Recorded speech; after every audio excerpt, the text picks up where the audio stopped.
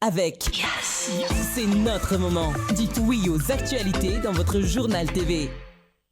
Fianambidy telopolo isanjato hatramin'ny fitopolo isanjato ho an'ireo entana fan série manomboka ny iray hatramin'ny telopolo jona. Batimax dia mirary fety sambatra ho antsika rehetra.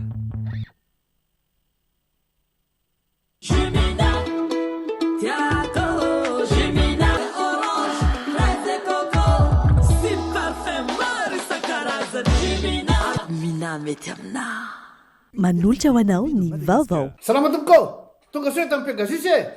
Zahay dia mamokatra kidoro vita avy amin'ny mosy. Tena mateza, voanja fiafy. Manolotra anao ny vaovao.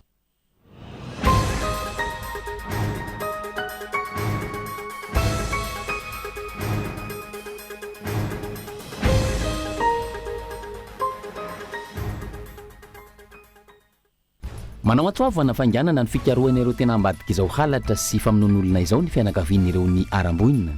Takina ny fanambafisana ny fandraisana andraikitry ny fanjakana. Ankoatry ny alatr'olona, tandindomondoza amin'ny fitaram-bahoaka ihany koa ny fiarahamonina no ny atezerana manoloana izao raharaha izao. Tokony hijoro amin'ny fahamarinana ny olona rehetra manoloana ny vanim-potoana sarotra lalovan'ny firenena. Mianto ny vahoaka ihany koa samy andray andraikitra amingorana ireo mpanao ratsy amina tranga na alatr'olona mitranga amin'izao fotoana. Nisongadiny ireo nandrindra ny fotoam-pivavahana natokana hitondrana ambavaka ny firenena teny amin'ny lapan'ny tanàna Analakely androany. Mbola mijanona ho faritra mena i Madagasikara raha ny fampiasam-bola no resahana. Araka ny tatitra farany navoaka ny COFAS na ny compagnie française d'assurance pour le commerce extérieur. Tranga izay misy fiantraikany goavana amin'ny relance économique ny firenena ka mila vahaolana mazava. Any ivelany nanomboka ny alarobia teo hatramin'ny androany mbola mitony ady amin'ny toroala ao la Frantsa amin'izao fotoana. Efa ho 8,7 hektara ny velaran-tany may hatreto izay isa ambony indrindra voarakitra teo amin'ny tantaran'ny la Frantsa. Ny andinindin'ireo avy hatrany ary.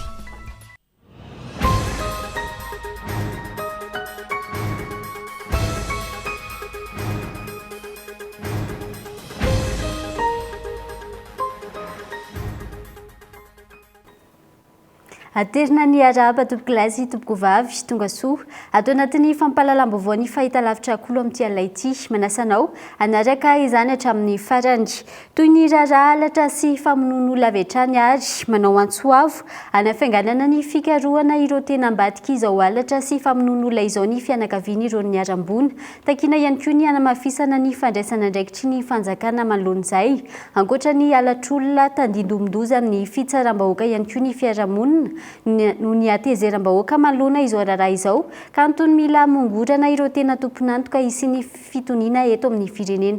Tsiaro Rasoa Arvelo. Nivoaka tamin'ny fangina ny fianakaviany Miguelito ilay zazalahy 7 taona namony ny teny Tsimbazazy ny volana novambra lasa teo.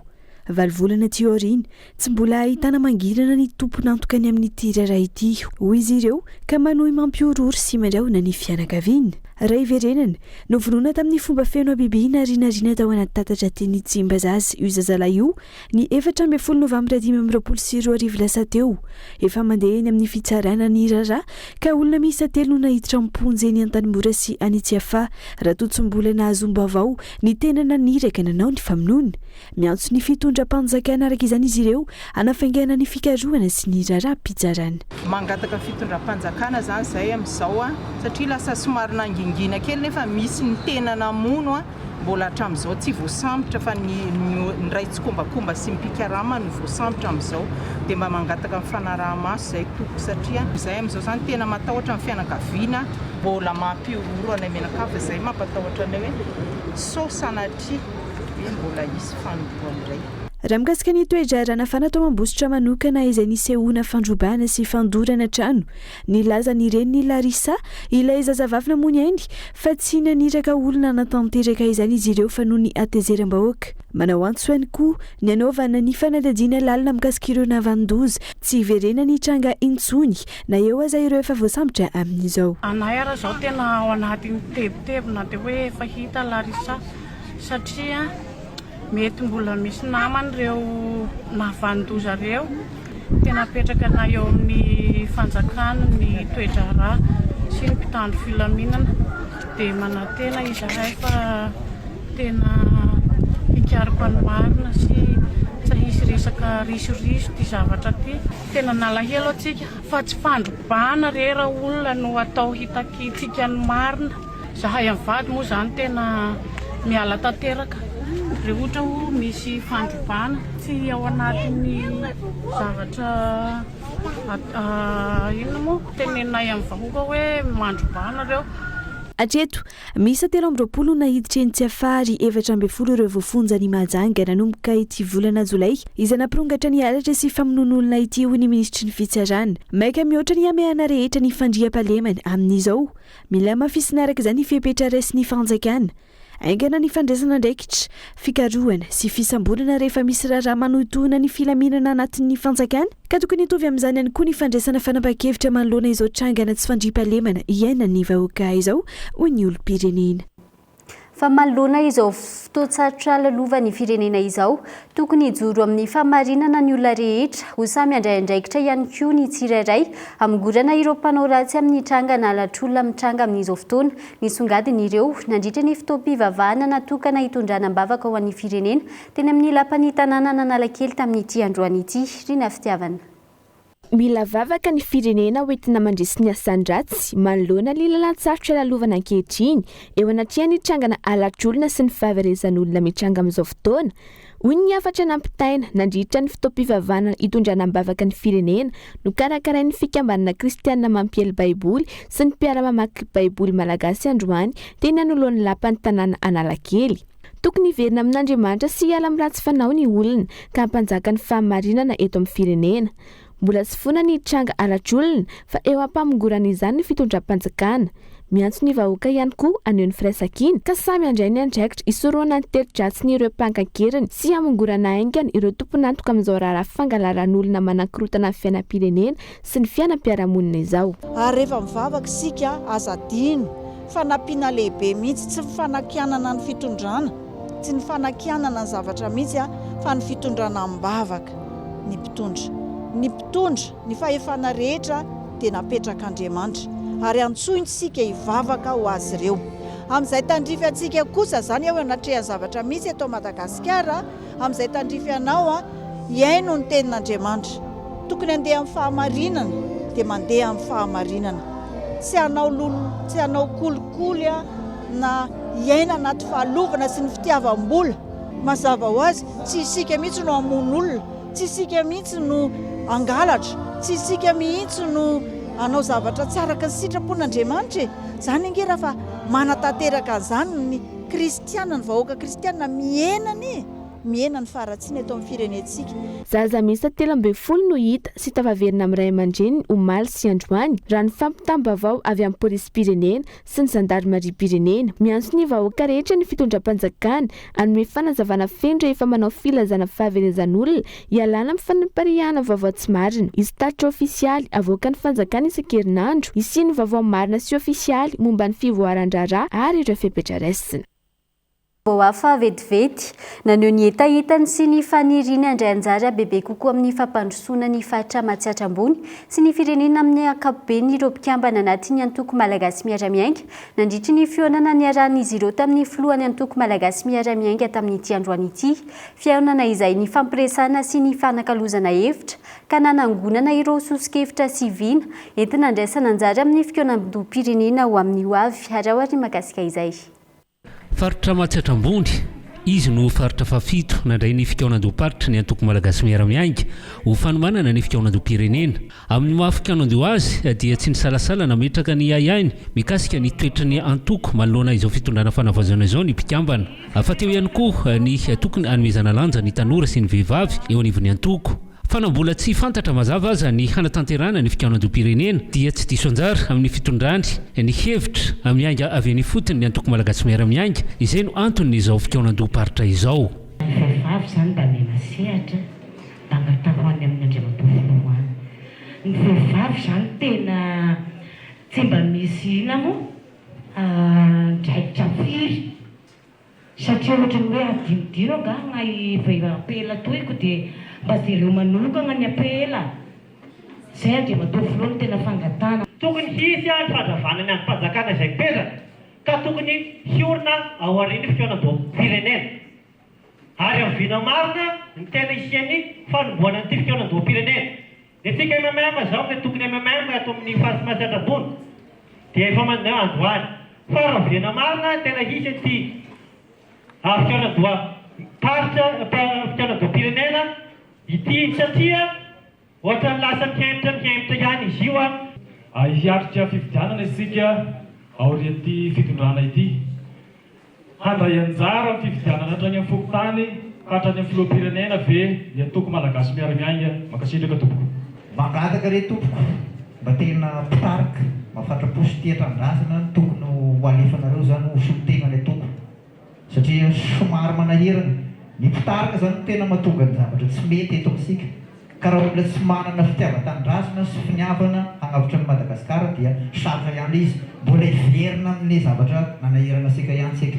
Tsy vao izao no efa niady hisiny ny fanavaozana sy ny fifidianana madio mba hisiny ny tena fitokisan'ny vahoaka ny mpitondra ny antoko malagasy miara-miainga ankoatra ny firesana momba ny raharam-pirenena amin'ny ankapobeny no raisina ihany koa ireo fanehoan-kevitra samihafa mba ahafahan'ny antoko mivonona sy mitondra ny heviny eo anivony ny fitohanandoam-pirenena izay no amafisiny ny filompanorona ny antoko fa miainga avy ety fotony no tokony hisiny ny fahazakantena. Fa raha nisy mitady an'izany fanavoizana izany dia efa hatramin'ny tsanganan'ny antoko tamin'ny 13 no nivoaka ty rafanevy ty no nangataka an'izany ny antoko dia hitanareo ary amin'ny andininy hoe hiezaka hatrany hanavaotra tanindrazana satria efa hitahitan'ny antoko hatramin'izay zany fanavoizana izany tsisy fotoana nandrosoa Madagasikara zany satria mpolo-taona zany tsika mihemitra raha oharina amin'ny olona rehetrarehetra. Ny antony dia io resaka fifidianana io no miteraka olana foana teto amintsika.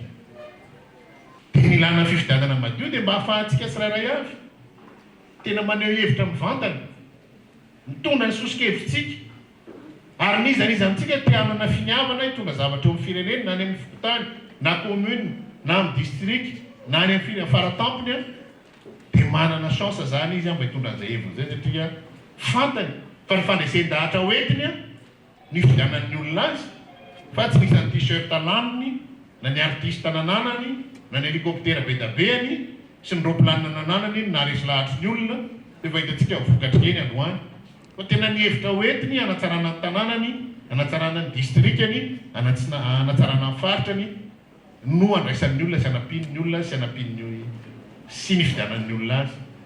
Zay ny tena fanavoizana zay ny mahatonga antsika niady mahatonga ny antoko tsy nanaika ny hoe fahindohana rano fanatsarana ny lalam-pifidianana sy ny rafim-pifidianana. Marina fa saikana tonga solotena avokoa ireo distrika 7 mandrafitra ny faritra Matsatra ambony fa tsy natao ambany zavatra ihany koa teto ny fanehoana sy ny fanamafisana ny fifampitokisana ho an'ireo mpitantana ny antoko fohibe sy ireo aty amin'ny faritra izay naseho tamin'ny alalan'ny kolotsaina taty an-toerana. Mbola hitoy any amin'ny faritra sasany moa izao fitohanan-doha izao mba ahafahana mitondra fampandrosoana ho an'ny firenena.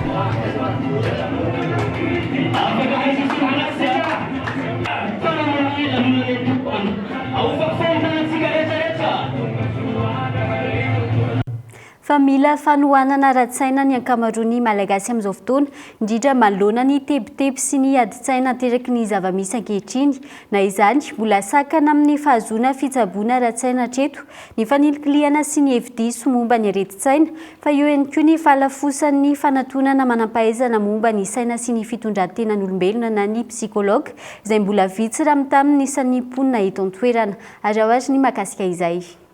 Ny tompo tao arian'ireo krizy ny fanesy teto amin'ny firenena raha tsy laza fa tsy ny rivo-doza ny valana retina ary ny fahasairanana ara-toe-karena ny filana fanohanana ara-tsaina sy ara-tsosialy eto Madagasikara raha nambarany teo anivo ny Humanity Inclusion. Totoa masina ohatra mbola miatrika adi-tsaina teboteby ary fahoretsaina ny ankamaroan'ny mponina indrindra ireo vondrom-piaramonina marefo sy ireo niara ny taketrana velan'ny rivo-doza akizany tranga izay maneho taratra ny filana fanohanana ara-tsaina na amin'ny alalan'ny fanatonana olona akaiky izany na amin'ny alalan'ny fanatonana matianina tsy teraka fahasarotana na korotana ara-tsaina ho an'ny sokajin'olona sasany raha ny fanazavana. Nanomboka tamin'ny Covid moa zany nanomboka eny hoe ilaina le izy ao anatin'ny fitantainana izay mety iainantsika satria rehefa be da be zavatra tsy iasany saintsika be da be ny zavatra tsy fantatsika dia manomboka amin'ny tentaina dia nanomboka tamin'ny covid dia mba tsapatsika hoe ilaina izay na dia hoe anarana fotsiny ary miatrika ny zava-misy ahafahan'ny olona tsirairay zany miatrika ny fiainana isan'andro araka nazavaina teo dia tsy hoe ho an'olona mety misy fikorontana-tsaina ihany ilaina izay fanohanana izay fa ahafahantsika tsirairay tena mivelatra amin'ny fiainantsika andavanandro izay dia any mety mahatonga an'izy ilaina ary amin'ny zava-misy ankehitriny ary dia manomboka koa zany manomboka le fitaitainana mety tsapatsika isan'andro io mety anisany koa mety ilainan'izay fanatonana ireo matianina ahafahana manohana antsika amin'ny ara-tsaina sy ny ara-psikososialy izay. Mbola manodidina ny 70 ihany amin'izao fotoana ny isan'ny psikologa na ireo manam-pahaizana momba ny saina sy ny fitondrantiana ny olombelona eto Madagasikara. Iray amin'ireo ihany hatreto no mpiasam-panjakana eto amintsika raha miasa tinana amin'ny sehatra tsy miankina ny 570. Antony malafy ny sara-panatonana azy ireny eto amintsika raha ny fanazavana trany. Afana manatsara ny fahasitranan'ireo tanora sy misoroka ny fivoaran'ny aretina ara-tsaina rehefa miha lehibe araka izany. Tokony ampitomboana ny fikarakarana ny fahasalamana ara-tsaina amin'ny alalan'ny fanofanana psikologa sy psikiatra bebe kokoa.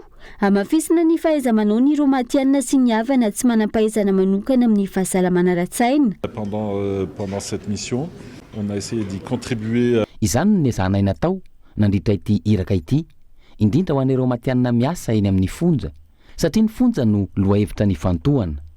Ilaina ihany koa ny mampitombo ny fahaiza-manaon'ny havana sy ireo olona manodidina ireo marary manana olana ara-tsaina. Raha jerena ny zava-misy eto Madagasikara eo amin'ny sehatra ny fanofanana matianina dia mbola misy dingana lehibe tokony hotratrarina. Na izany aza, tokony fantoka indrindra amin'ny filan'ny mponina, indrindra ny tanora ny ezaka, satria ny fandraisana andraikitra aloha amin'ny ankizy sy ny tanora no mahomby indrindra. Matetika dia eo amin'ny fahatanorana sy ny fiandohan'ny fahalehibiazana no miseho ireo olana ara-tsaina. C'est souvent à l'adolescence et chez les jeunes adultes. Anamafisana ny fahalalana momba ny fahasalamana ara-tsaina fa ihany koa ampiroboroboana ny fandraisana andraikitra bebe kokoa amin'ny sehatry ny fahasalamana ara-tsaina eto Madagasikara. Nisy ny fionambena ampitondraina ny lohateny hoe briser les mythes sur les troubles mentaux vers une meilleure compréhension et accompagnement adapté. Nokarakarain'ny Humanity Inclusion anatin'ny tetika Satony natreny teo anivon'ny ministeran'ny fahasalamam-bahoaka sy ireo mpisehatra amin'ny fahasalamana ny fikambanan'ny fiarahamonim-pirenena ary ny lavitry ny psikologa na avy eto Madagasikara na avy any ivelany. Fa raha ny fampiasam-bola kosa no resana dia mbola mijanona ho fahatrameny Madagasikara raha ny tatra farany navoaka ny COFAS na ny Compagnie Française d'Assurance pour le Commerce Extérieur. Tranga izay misy fiantraikany goavana amin'ny relance économique ny firenena ka mila vahaolana mazava ho ny fanehoan-kevitra. Kahiton Andriatsilavo.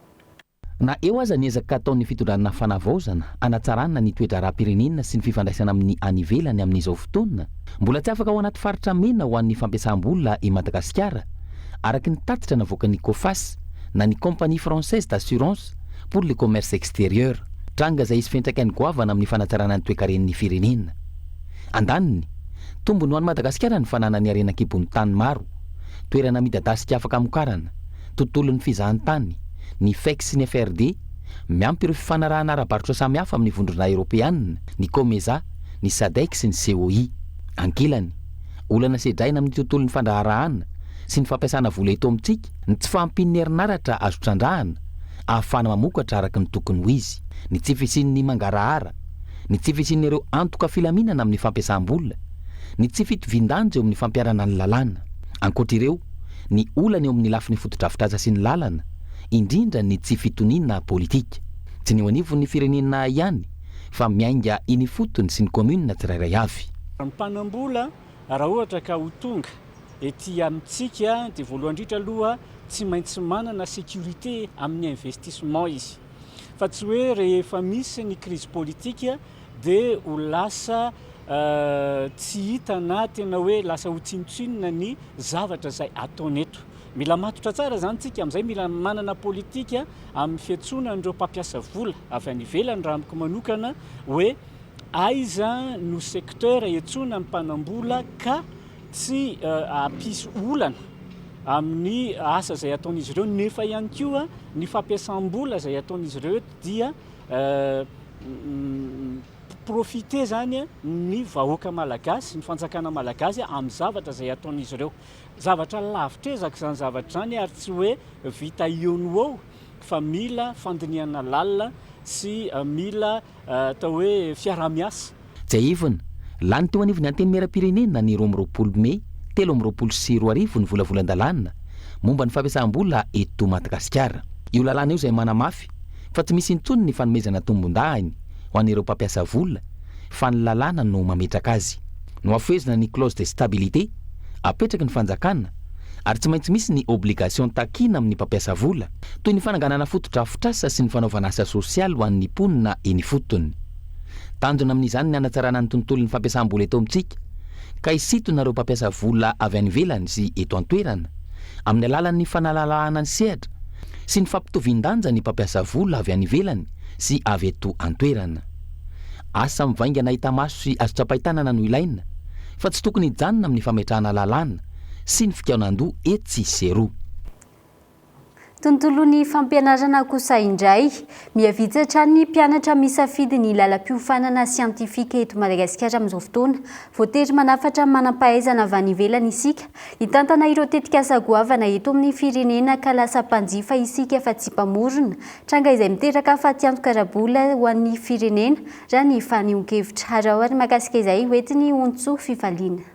Ena isan-taona ny mpiadana misafidy ny lalam-piofanana siantifika raha toa ka mirona makany amin'ny literaira avokoa ny ankamaroany mitahotra ny taranja matematika sy ny fizika izay everiny mpianatra ho fitaovana fampiororona ny tsy fahampiany fitaovana toy ny laboratoara sy ny mpampianatra manokana no anton'izany. Eo ihany koa ny tsy fahafantaran'izy ireo ny lalam-piofanana tokony hatrehany ao aorian'ny fianarany ary ny fieverany hatrany amin'ny kilasy ambany fa sarotra ny taranja matematika sy fizika ho an'ny taona 2024 220 zato ny tany mpiadana ny safidy lalam-piofanana siantifika manerana ny nosy ny 9,5 izany ny taona 2024 2,7 ny taona 2024 sy ny taona 2024 ary tsy nisy afatsy 2,7 ny taona 2024 raha ny tatitra navoaka ny ofisin'ny bakalorea. Io tsy fahampiny mpianatra siantifika io izay loza mitatao amin'ny fampandrosoana ny toe-karena eto Madagasikara fa ihany koa miteraka faty anto-karabola sy ara-pahalalana. Raha ohatra zao tsika tsy manana siantifika mihitsy dia lasa manafatra sika olona avy any ivelany vao afaka manangana zavatra. Rehefa ohatra be siantifika zany eto amintsika vita eto amintsika daholo na ny fiofanana ho an'ny mpitsabo ho an'ny rehefa teknôlôjia betsaka ny fampandrosoana zany afaka miankina amin'ny siantifika. Tsika koa moa zao anatin'ny tontolon'ny fandrosoan'ny teknôlôjia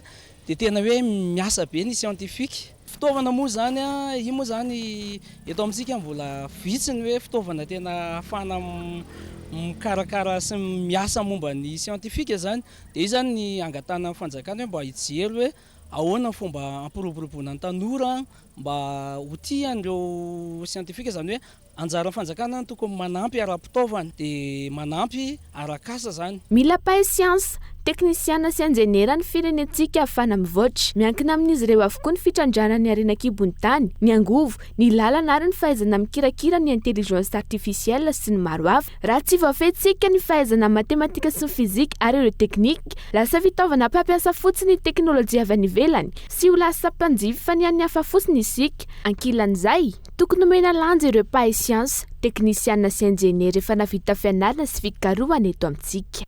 Isentry vetivety ao anatin'ny doka fohy isika mialohan'ny hidirana amin'ny tapany faharoa. Aza misaraka aminay ary.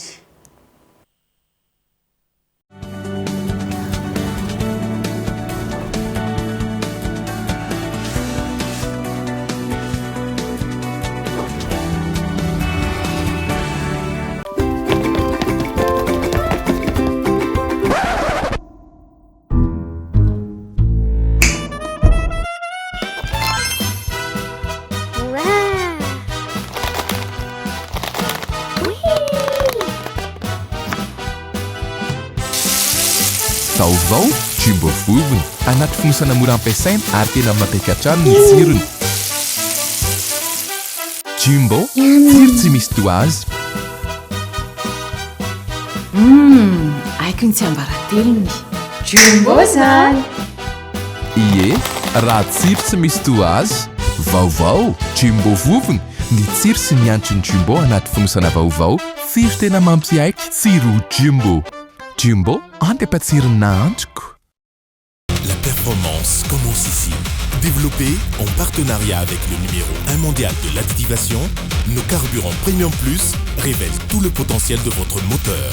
Créé pour vous, ce concentré d'innovation issu de technologies de pointe renforce par protection et fiabilité kilomètre après kilomètre. Retrouvez dès maintenant toute l'expertise Jovena dans vos stations-service et profitez-en pour bénéficier d'un univers de service pour vous simplifier la route. Pour vos trajets du quotidien, voyagez avec plus de puissance, plus de protection, plus de performance.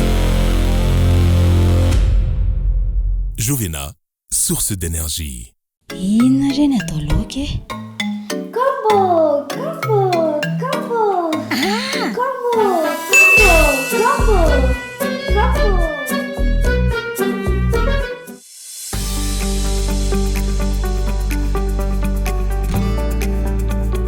Azo fandriana dian'izao eny amin'ireo toeram-pivarotana farm shop na shop LFL akaiky anao sy eny amin'ny tsena rehetra misy famantarana combo.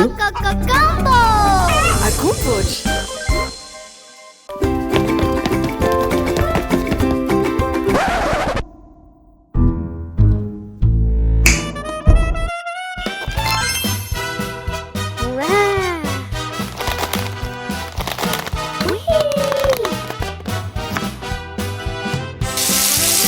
Vaovao jumbo vovony anaty fonosana mora ampiasaina ary tena mampiaiky hatrany ny tsirony. Jumbo tsiro tsy misy toazy. Aiko ny tsy ambaratelony. Jumbo zany.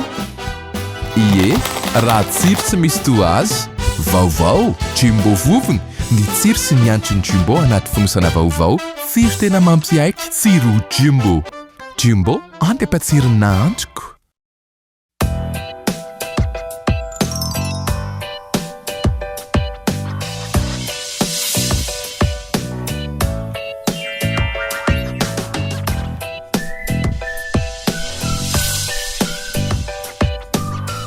Fa maninona ary ny olona rehetra mivoaka avy ato aminareo ny fotsy be daholo ny nifiny? Ny tsiambaratelo dia ny Sanidon. Les dentifrice manafoty sy mampangirana ny nify. Andramo dia ho hitanao ny vokatra azo avy aminy. Sanidon, les dentifrice tsy mitovy amin'ny hafa. Manadio sy manafoty tsara ny nify ary manamanitra ny atovava mandritra ny tontolo andro. Dentifrice Sanidon, blancheur et fraîcheur au quotidien. Distributeur Uditex.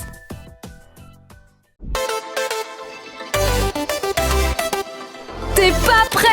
Avec First Prestige de Yas, profite d'une giga promo. T'as 400 SMS, 30 000 arrières d'appel, 10 minutes vers l'international. Et maintenant, 15 gigas de net. Oui, 15 gigas au lieu de 1 giga. Et c'est toujours à 30 000 arrières. Appelle vite le dièse 322 étoile 93 dièse ou va sur ta super app Yas et moi. C'est jusqu'au 31 juillet seulement. Coucou Angie. Coucou. L'historien letrana kosaky tena jay. Merci Benjia.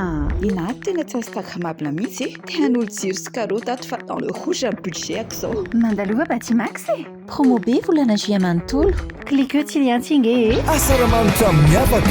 Fihenam-bidy 5,000 isanjato be zao ho an'ny sanitaire sy carrelage ary luminaire.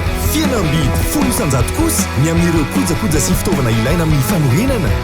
Fihenam-bidy 3,0 isanjato hatramin'ny 7,0 isanjato ho an'ireo entana fin de série manomboka ny iray hatramin'ny 3 jona. Batimax dia mirary fety sambatra ho antsika rehetra.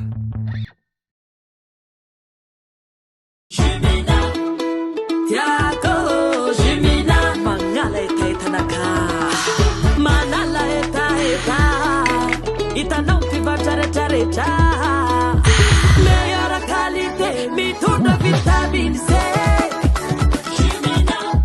Ny goût tegna naturel tsy pirate fa tegna réel. Parfait orange, fraise et coco sy parfait maro isan-karazany. Avy agny roche amle tegna toshe mina mety aminà.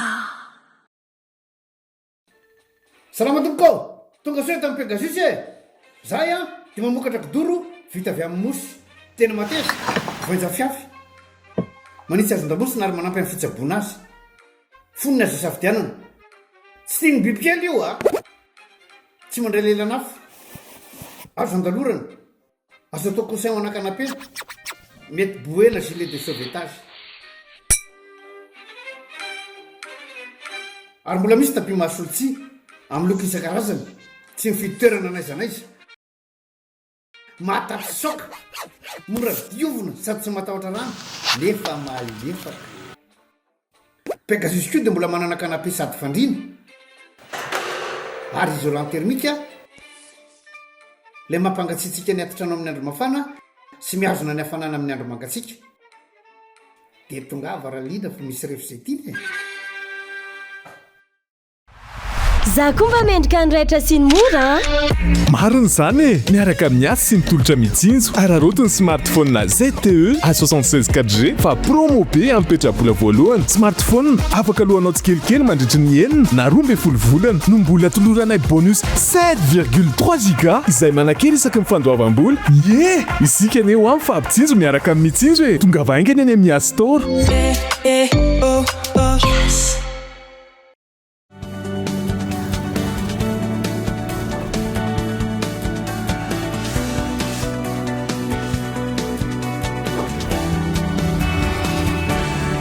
Tapany faharoa ny fampahalalam-baovao mbola manasana ao an-trany hanaraka izany hatramin'ny farany. Anohizantsika ny fampahalalam-baovao mbola maro amin'ireo komuna eto Madagasikara no marisarisa amin'ny fandoavana latsakemoka eny anivon'ny CNAPS. Araka izany, entanandoha latsakemoka ireo komuna tsirairay avy ahafahan'ireo mpiasan'ny komuna misitraka fisotrondronono araka ny tokony ho izy. Gaeton Handriatsilavo. Mpandoha latsakemoka eny anivon'ny CNAPS ny ankamaroan'ireo mpiasan'ny komuna. Midika izany fa mandoha latsakemoka any amin'ny CNAPS ihany koa ny komuna mpampiasa ahafahan'ireo mpiasa ireo misitraka fiahiana ara-tsosialy ankoatra ny volanjaza sy ny maro hafa dia ny fisotrondronono. Olana mipetraka eto amintsika ny tsy fandoavan'ny komuna ny latsakemoka any amin'ny CNAPS ka misy fiantraikany amin'ireo mpiasa ka voatery tsy misitraka fisotrondronono ilay mpiasa amin'ny fotoana andehanany misotro ronono. Nojerena manokana izany olana izany ny tatiavana fa olana miaraka ahafahan'ireo mpiasa eo anivon'ny vondrom-bahoaka paritra Itsinjaram-pahefana misitraka fisotroana ronono araka ny tokony ho izy. Tsy ho fanapahan-kevitry ny aty fotony nefa zay fa tsy maintsy ho ampiakarina eo amin'ireo ministera voakasika ka amin'ny ministra tompona andraikitra eo anivon'ny asa fampananana asa ary ny asa-panjakana sy ministra mpiay aty amin'ny faritra dia tsy maintsy hitondra an'izay hodinina eo an-databatra boribory mba hamaha olana satria fiahiana ara-sosialy no resaka eto ary anisan'ny tanjony lehibe ny fitondrana fanavozana ny fanitarana an'izay na amin'ny endriny na amin'ny votoatony ka isoroana dian'izao zany ny mety tsy ahafahan'ireo mpiasan'ny komina ireo isitraka fisotrondronono sy ny komina rery moa fa ny faritra ihany koa satria ireo dia vondrom-bahoaka paritra Itsinjaram-pahefana. Ankilan'izay miroso miandalana ny fanaovana digitalisation eo anivon'ny CNAPS na eo aza ny olana sedraina ho an'ny any amin'ireo tontolo ambanivohitra. Misy misedra olana any ambanivohitra izay hoe tsy maharaka an'izay fivoarany teknôlôjia izay ka ampitaina amin'ny tompona andraikitra mpanapa-kevitra ny ahafahana mandamina hoe misy tena tsy manana accès amin'izay ka tokony ho jerena akaiky izany hoe mety ho azy raisina soso-kevitra hoe raisina taratasy ohatry ny mahazatra ihany nefa afaka mirosy ihany koa n'izay afaka manao an'izay digitalisation amin'ny déclaration ny karaman'ny mpiasa en ligne izay. Maro ny ezaka atao ahafana manatsara ny fisotrondronon'ny mpiasa hoy ny ministra tompona andraikitra na eo aza ny lesoka ny aina natao anatin'izay taona maro izay haverina amin'ny hasiny ny asa ny fampananana asa ary ny asa-panjakana indrindra amin'izao fotoany ny fanavozan'izao. Fa ny tantara ny toliara reny vohitry ny faritra atsimo andrefana kosa indray ary no entina amintsika tao anatin'ny zanam-pandarana fantaro amin'ity alay ity. Raha ny tantara va zahan-teratany anglisy no nanome ny anarana toliara ary ny fokovesy sy masikoro ny mponina voalohany tao amin'ity tanàna ity. Ny Antsiprian'izay. I Toliara dia ilay tanàna lehibe indrindra ato atsimon'ny Madagasikara izay reny vohitry ny faritra atsimo andrefana. Izy ilay tanàna mamarana ny lalam-pirenena fahafito raha miainga avy any Antananarivo. Raha ny tantara, io anarana toliara io dia anarana nomeny teratany anglisy azy manoloana ny fahazahoany ireto farany ny famaliana ireo olona nanontaniany ny toerana fitobian-tsambo izay namaly hoe toly eroy. Toliara io anarana io dia anarana azo lazaintsika hoe avy amin'ny fandraisan'ny vazaha azy fa io toliara io zany tolia fa avy amin'le hoe rehefa ka fitodian-tsambo no nahatonga n'le anaran'le tanàna hoe manontany le olona zany hoe aiza ny fitodiana de hoe toly eroy toly eroy de tolia eroy. Ka ny anglisy no olona vazaha voalohan-dohany fanerasera tamin'ity faritra ity ka raha fa naheno an'iny ny anglisy de tolia manoratra n'le hoe eo le fitodiana nitodianay farany amin'ity eto de ny teny anglisy moa raha hanoratra an'izay ia zay izy EAR ohatrany hoe sofina zany ia tahotra zany fia de hanoratra ny tolia izy de tolia TULEAR de rehefa mamaky azy ny mpamaky ny saritany de hoe tuleara de tsika ho tokotany koa olo mora mandramby avao zay koa mora mandray any tsika toliara amin'ny toliara mivazara eo egny toliara egny lay. Ny foko vezo sy masikoro no mponina voalohany teto toliara. Ny vezo izay manamorona ny morontsiraka sady ny kirakira ny eny an-dranomasina nanjono nanao sira sy ny sisa. Raha toka ny masikoro ny sehatra tamin'ny fambolena sy fiompiana araka ny tantara hatrany. Olona tety tena hoe zanatany teto hatramin'izay de ny vezo no amin'ny sisindriaka igny de raha vao miala ataontsika hoe 1 kilometra fotsiny de fa masikoro zay. Zay mahatonga andry zareo hoe tsy misaraky mihitsy. Raha vao resaka an-dranomasina sira fia fitaterana an-dranomasina vezo zay. Fa ny sakafo amin'ny ankabeazany lafa tsy fia fa masikoro koa zay. Bele zany hoe vomanga, balahazo, tsako, fantety zay fa masikoro zay. Rehefa taty afara aty moa zany lasa ny hamaro ny olona tonga tety fa indrindrandrindra nanomboka nahatonga ny olona ny hamaro de fa nandeha ny varotra igny maloha de zay le izy varotra mifamezivezy amin'ny varotra eo avy ny vazaha avy ny filankanagna filanatadiavana harena.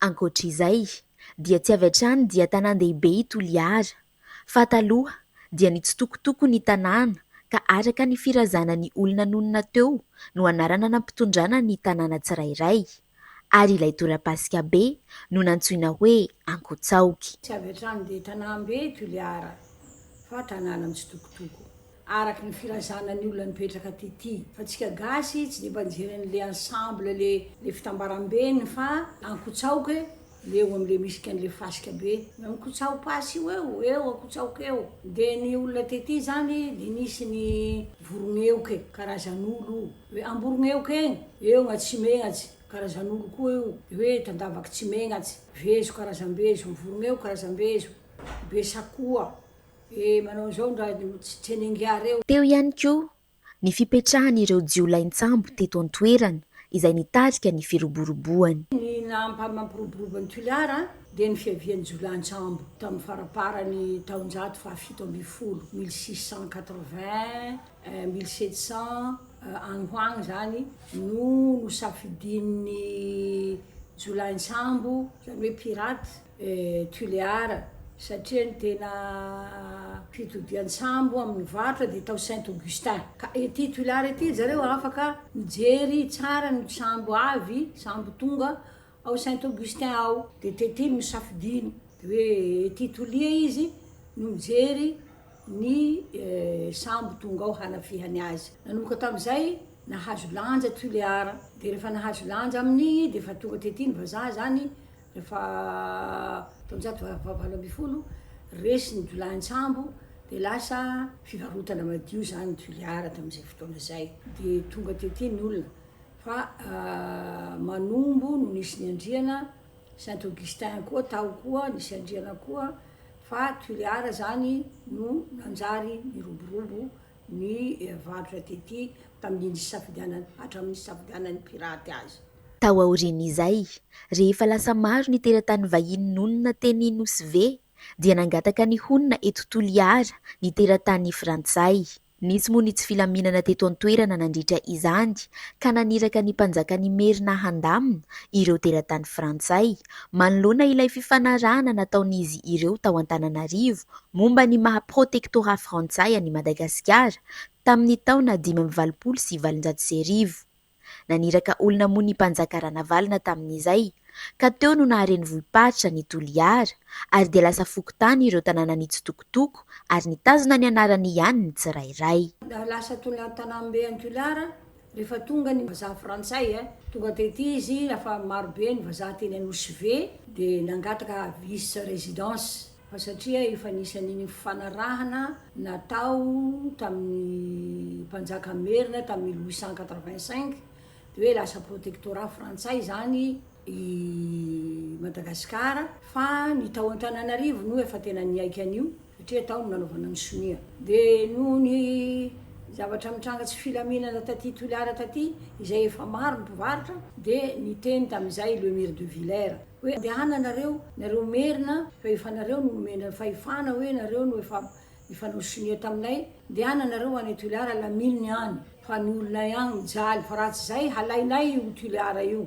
raha tsy asianareo olona ho lasa vazaha io dia naheno an'iny moa zany Ranavalona dia niazakazaka dia nandefa olona taty dia rehefa tonga zany ny Merina amahazana tany azy tsy mipetraka eny amin'ny Nosy izy fa manjary sahala hoe tsy mahafehy an'ity tany ity raha mbola mandosy zany amin'ny Nosy dia mipetraka tety Toliara no safidiny dia lasa reny vohiparitra zany Toliara am'izay lafin'izay satria nanjary nifanaraka tsy satra tompo emana nifanao fatindramindramahatra faramahatra ary miavy nandaindreo miaramila reo dia nipetraka nanao tobo miaramila tety Toliara eto dia nanomboka tamin'iny zany dia lasa tanàna ofisialy Toliara satria misy an'le solotena mpanjakana Merina tety Toliara dia nifandray amin'ny vice résident Frantsay dia tanàmbe noho izay Toliara dia rehefa avy amin'izay moa dia efa io Toliara io ny antsoana azy fa lasa quartier regny tanànan'ny Toliara voalohany regny le nilazaiko hoe misy Androbesakoa Arotsimegna tsy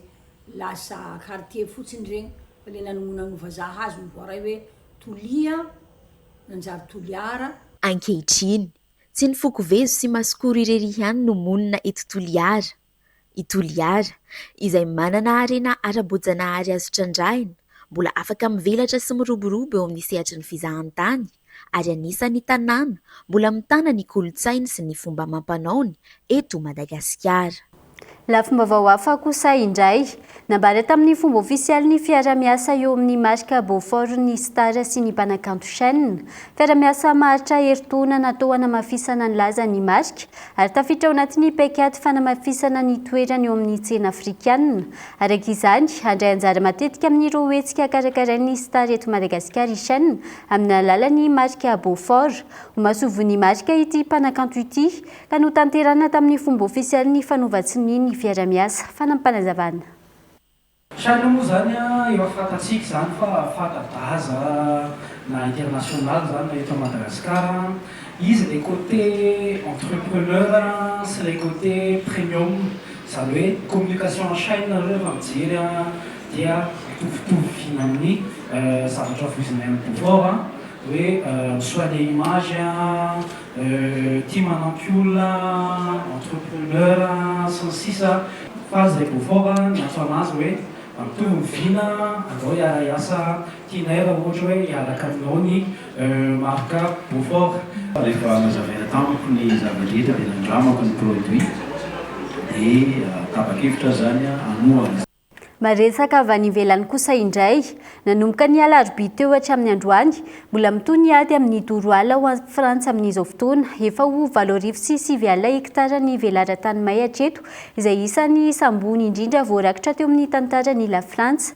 Mbola manakaiky ny Bordeaux ny afo amin'izao fotoana ka isoroana ny mety ho fitarany nafindra toerana vonjimaiky any amin'ny parc des expositions de Bordeaux iropona amina commune misa 7 izay mpifanolo-body rindrina amin'ny Bordeaux nalefa efa hiasa aingana ny fiaramanidina izay afaka mitondra rano 20 taonina na manipy retardon vokatra simika manakana ny fielezan'ny afoka na mafy ny ady amin'ny doroala ankoatra ny frantsa efa manakaiky ny madrida ihany koa ny afo any espaina amin'izao fotoana ary efa nandoro velaran-tany mirefy 5.4 alina hektara.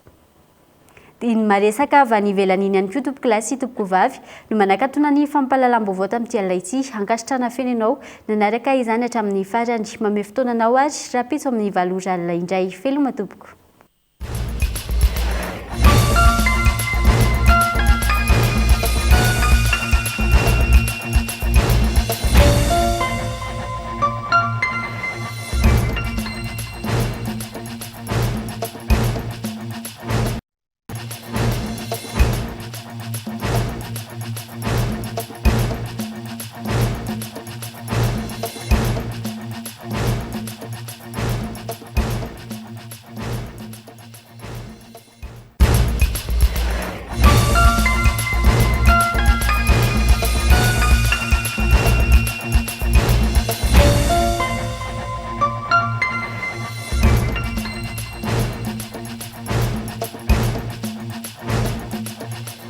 Ramatopoko, tonga soe tamin'ny Pegasus e.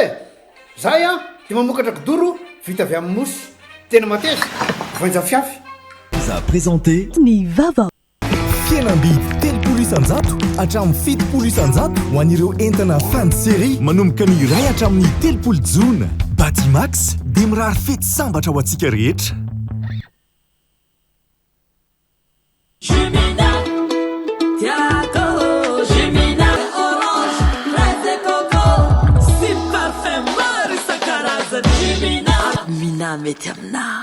Nanolotra ho anao teo ny vaovao. Avec Yes, c'est notre moment. Dites oui aux actualités dans votre journal TV.